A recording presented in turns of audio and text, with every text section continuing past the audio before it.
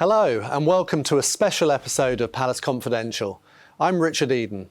Today I'm joined by Ken Wharf, a man who for 16 years served as a police protection officer for the royal family. 6 of those were for the late Diana, Princess of Wales. He has written extensively on Diana's life and now, 25 years after her death, has written an authoritative account of her legacy alongside author and journalist Ros Coward, who was previously chosen by the Diana, Princess of Wales Memorial Fund to write Diana the Portrait. Thank you both for joining us today. Now, how did you go about reviewing your experiences of Diana and her legacy and combining them into one collaborative account for this book? Well, I had the great good fortune to be commissioned to write the book Diana the Portrait, which allowed me to meet all her relatives, well, not all her relatives, but a good number of her relatives and friends, and several hundred people she worked with in different charities. So I didn't actually meet Princess Diana, but I did meet a lot of people who had a great deal of insight into her character. I did also meet Ken during those interviews, and I found his approach to understanding the life of Diana very, very sympathetic. And we've talked a lot since about Diana and her legacy, and this book came out of those conversations. I remember meeting Ross a long time ago now when Diana the Portrait was published, which to this day always has been a reference book for me in all the things that I've read and said about Diana. But it was right, the timing was right that 25 years on, that I should think about writing something, the memory, the legacy of Diana. And I couldn't think of anyone better than Ros, who had become a good friend since those days, way back almost 25 years ago. And so, together we put forward a proposal of what we thought we should say. I mean, Diana's life was so huge, so large, that to include everything in her life we'd have to think about an encyclopedia rather than a book. So, I mean, we sat together, we thought about a proposal, and the end result was, this book now. Some of it is a little bit edgy. We touch on things that perhaps, you wouldn't think about writing in a memoir commemorating someone 28 years. But it was quite important to Diana because it was a focal point of her life. Ken, Earl Spencer has been very vocal recently about his belief that without official royal protection in the last years of her life, Diana was on a collision course that ultimately led to her death. What, in your view, was the driving force behind her decision to forego her royal security? Well, I think it's quite important to say that I was pleased to hear Lord Spencer speak very openly about the question of the lack of protection, in his view, was ultimately the cause of her death, which he's right. I've always maintained that in many interviews that I've given since that dreadful day in 1997. From my point of view, the very fact that Diana singularly sort of abandoned the security in December 1993 was, in my view, the real cause of the problem, because what she'd lost was the experience and the expertise, certainly, of individuals that had protected her over nearly 13 years. And it was a discussion that I had with her at Kensington Palace when I decided to leave in '93. And interesting enough, she asked me a question, and that reunion, if you like, at Kensington Palace was like the old days when I first of all appeared as a new recruit at Sandringham House in Norfolk to become the protection officer to the young Princes William and Harry, who were then aged 5 and 3 respectively. So we reminisced about all the good times that we had. And then at the end of which, she said, look, if there's one question or piece of advice you'd give me, what would it be, Ken? And I said, look, whatever you do, I urge you not to give up your yard security. We've given you that protection. We've allowed you the freedom. And I can see where you're coming from, perhaps. It is an invasion of your privacy, but we kept you alive. And she said, yes, I understand that, but sadly didn't accept that. And I've always maintained that, and again, that had Her Majesty the Queen insisted that Diana retain her Scotland Yard security, Diana's belief and work ethos was always that loyalty to the monarch. Had the Queen said that, I have no doubt in my mind, that Diana would have accepted it. Had that been the case, of course, we wouldn't be sat here now. And Ken, what's your opinion of Prince Harry's current battle to keep his Scotland Yard protection when he's in the UK? Well, I can understand that, and a lot has been said, and a lot's been discussed, both from his side and from a governmental side. And the very fact that he's chosen a new life in America is effectively no longer a working member of the British royal family. And I think that's where, the problem is. Initially, of course, he thought he could strike a deal with the Queen and do 6 months in America or 6 months somewhere in the world and 6 months back in a role as a prince of the realm, working with the British royal family. That hasn't happened. But I think what he feels is that, if he comes back to the United Kingdom with his wife and his children, then that deserves some sort of protection. I think where he's lost it is that no one's ever said that he wouldn't get protection. I don't think he would be given the full package that other working members of the royal family get, but the British government, together with the Commissioner of Police, would make sure that if such a journey was made with him and his wife and his children to London, of course a security would be given to him, but not perhaps in the format that he wished. How have you seen the comparisons with how the royal family tried to welcome Meghan as an outsider into the fold, with how Diana was welcomed after her marriage to Prince Charles? Well, Diana was certainly welcomed into the royal fold, the firm in the sense. But the comparisons that I see between Meghan and Diana is that they're incredibly popular. This popularity was Diana's main problem, not something that she concerned herself with. I mean, she couldn't help it. I mean, she was, a consummate performer on the stage in the same way that Meghan was, perhaps more so initially. Diana was very shy in the early 80s because this was a new venture for her, and she commandeered and garnered all the press publicity wherever she went for obvious reasons, in the same way that Meghan did. But Diana learned to live with it. I think Meghan found it rather difficult and perhaps wanted a different lifestyle, from the beginning. But, it's very difficult. I know Diana experienced it. The royal family, from the Queen downwards, even her own husband, found dealing with her popularity very, very difficult. And it's a shame, really, in the same way I think that happened with Meghan to a lesser extent, that had they sort of garnered and harnessed that popularity, it would have been better for all of them. Yes, I very much agree with what you've said. And I think that there was a welcome to Meghan to begin with, and one can see that in the wedding that was kind of very much sort of embracing who Meghan was and where she'd come from. And but actually what's missing, and was to some extent missing with Diana, was that sort of ongoing support.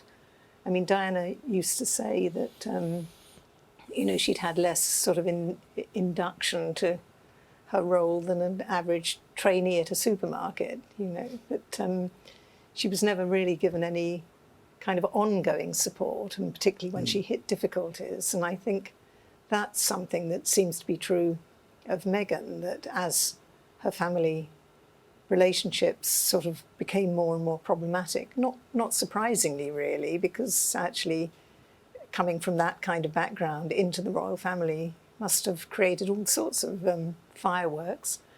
But where she could have been helped and supported is if someone from the palace had, perhaps tried to mediate and tried to kind of help when things became difficult. So I think there was a welcome, but, it seems the royal family is not very good at knowing what support would be, or understanding that people in that position suddenly, particularly women, suddenly subjected to that level of scrutiny and interest and attention, what kind of support and protection they might need. Ken, have you seen a marked difference in the way that the institution of the monarchy responded to the controversies over the big television interviews? Martin Bashir with Princess Diana, and then Oprah Winfrey with Harry and Meghan. Yeah, I think if we look at the Martin Bashir interview, I mean, it was sensational in the sense that, this had never happened before. A member of the royal family, British royal family, giving a sort of, tell-all interview to a journalist. Diana gave that interview because she felt, look, what else can I do? No one's prepared to listen to me. There was no mediation at all within the royal family before that. And so, she was left, in her opinion, with no option but to let everybody know what the real problem was. I've heard that perhaps Diana regretted it. I'm not totally convinced that she did regret it in the same way that she liaised with and dealt with telling her story with Morton some years previously. And the Oprah Winfrey program was almost a rerun of that, with Meghan actually sort of letting out what she felt about the royal family and her story, because I don't think she felt that she was being properly represented either by other sections of the media. So therefore, look, let me give it my way. I think the telling thing about that interview for me was that Harry made a rather late appearance in that program, and I think he found it difficult because this is something that he would have been unable to deliver, I think, in a way that he would want to. But he was there to represent and defend his wife. But Diana did it twice. Meghan has done it, and it was their way of actually letting their story out. Because up until that time, of course, Diana was being told repeatedly, well, you've got to speak to your husband about this. You can sort this out. But of course, that wasn't possible. It didn't happen, and people were being fed misinformation. And the Prince of Wales's court, if you like, his side was a much bigger operation than Diana's. So there was a lot of support coming down the line for him from people, and Diana didn't have that. So she had decided, well, look, I'm not getting that support. I want to tell you the truth. And that's what happened with Morton, and that's what happened with Bashir. Ken, how do you think Diana would have dealt with the rift between Princess William and Harry? Well, Diana was their mother, we know that, and a very good mother. I was very fortunate enough to witness close at hand at Kensington Palace and through many journeys on private holidays and at Highgrove, how she operated. And she was a very hands-on parent. William and Harry were naughty.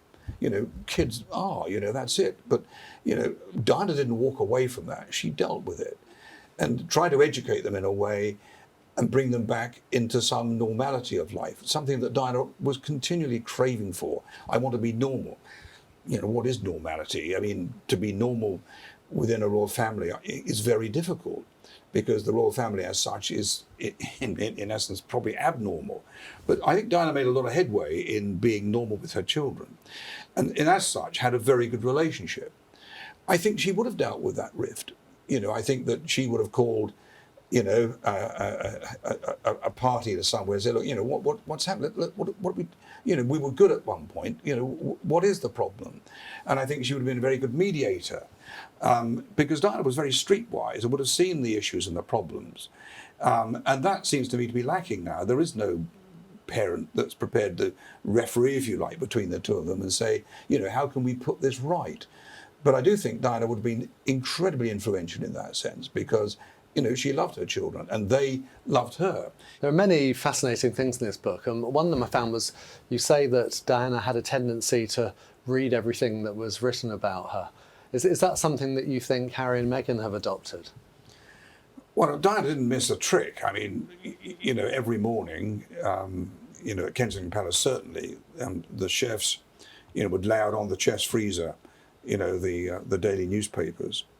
And, Diana would go up to the kitchen, with a bowl of cereals and sit astride the chest freezer and read whatever the front headlines were. But of course, in the 80s and 90s, the inevitable punchlines were all about Diana, and 99% of them were very positive, headlines.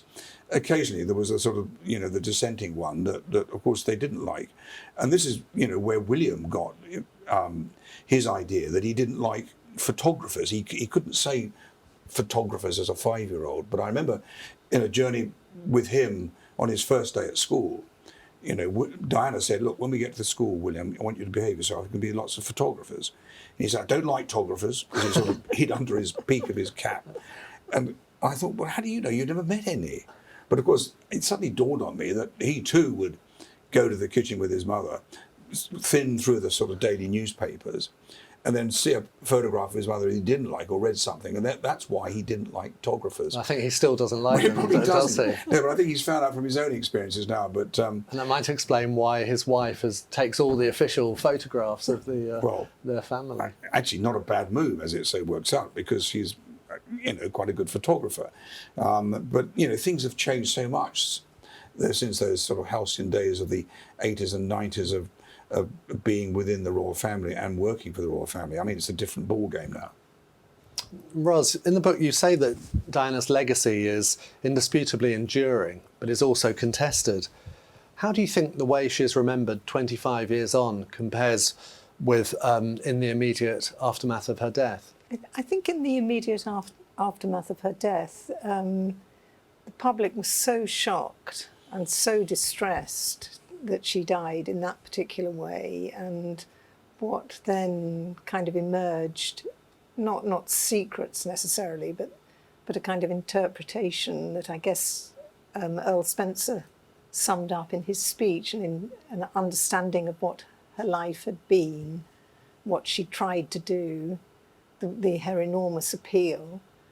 And I think people were, as we know from the vast outpouring of grief and the flowers that were laid outside Kensington Palace, people were united in thinking that they'd lost a very wonderful, special person, and perhaps we hadn't appreciated her enough or protected her enough, or let her sort of be chased to her death, apparently, through the tunnels of Paris. But so I think that was an initial moment.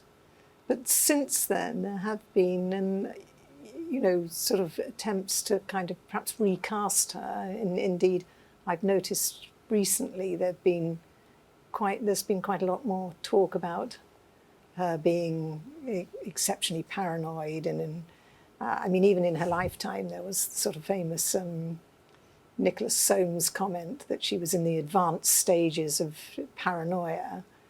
And that kind of much more critical interpretation has come to the fore. And I think that there is more contestation over her legacy. I think our book is really very much sort of trying to recognise the charisma of the woman, the star quality she had, how she was a very powerful personality. I don't mean powerful in a manipulative way, but a powerful personality in the sense that she was a very attractive personality, she was a very easy personality, she was a very compassionate person. And I think sometimes it's quite difficult for society to kind of acknowledge that, particularly in a woman, that she had a sort of element of perhaps sort of, I hesitate to use the word greatness because it's perhaps not quite the right word, but there was a very special quality about her. And I think, it is difficult sometimes to recognise that in a woman, and perhaps that lies behind some of the the attempts we've seen in more recent years to kind of recast her as slightly deranged or paranoid or controlling, manipulative. I think there's an interesting word there that I think is very relevant to Diana's legacy, and that is the word compassion. Because it's not easy on, let's say, a sort of typical walkabout in this country or abroad, to be compassionate. It's a job of work. You're stuck to strict timings. But Diana found a way of being compassionate with people she'd never met before, and that left such an impact. And this is part of the legacy. This is part of why she was so popular. In a royal walkabout, the royals are one side of the metal barriers, the public are the other. We don't know who they are. But suddenly, occasionally, someone will say something or shout something. Most royals, in my experience, will ignore it and move on to the next venue. But Diana had this ear for thinking, what's that? I remember once in Manchester, somebody saying, excuse me. And Diana said to the policeman, can you bring that old lady forward? And engage in a conversation. And all the lady wanted to say was, she'd been waiting for so long, I just wanted to say hello. And Diana held her hand. And it was this sort of compassion like that then was like a what would just ricochet through the community, and that's where her popularity just continued to rise, because she was a compassionate individual. We all remember those photographs of Diana sitting on the bench in front of the Taj Mahal in India. They've sort of become iconic, you could say, over the years. What did Diana say on that day? I think there's something about that in your book. Well, there is. Here was another classic case of, a joint tour in India with the Prince and Princess of Wales. And understandably, there was no way that the Prince was going to sit with his wife in front of the Temple of Love, given where their marriage stakes were. So the Prince had disappeared off somewhere else, and Diana was going to tour the Taj Mahal. But of course, the photo opportunity, the story, was always going to be with Diana. So the entire following press pack followed us to the Taj Mahal.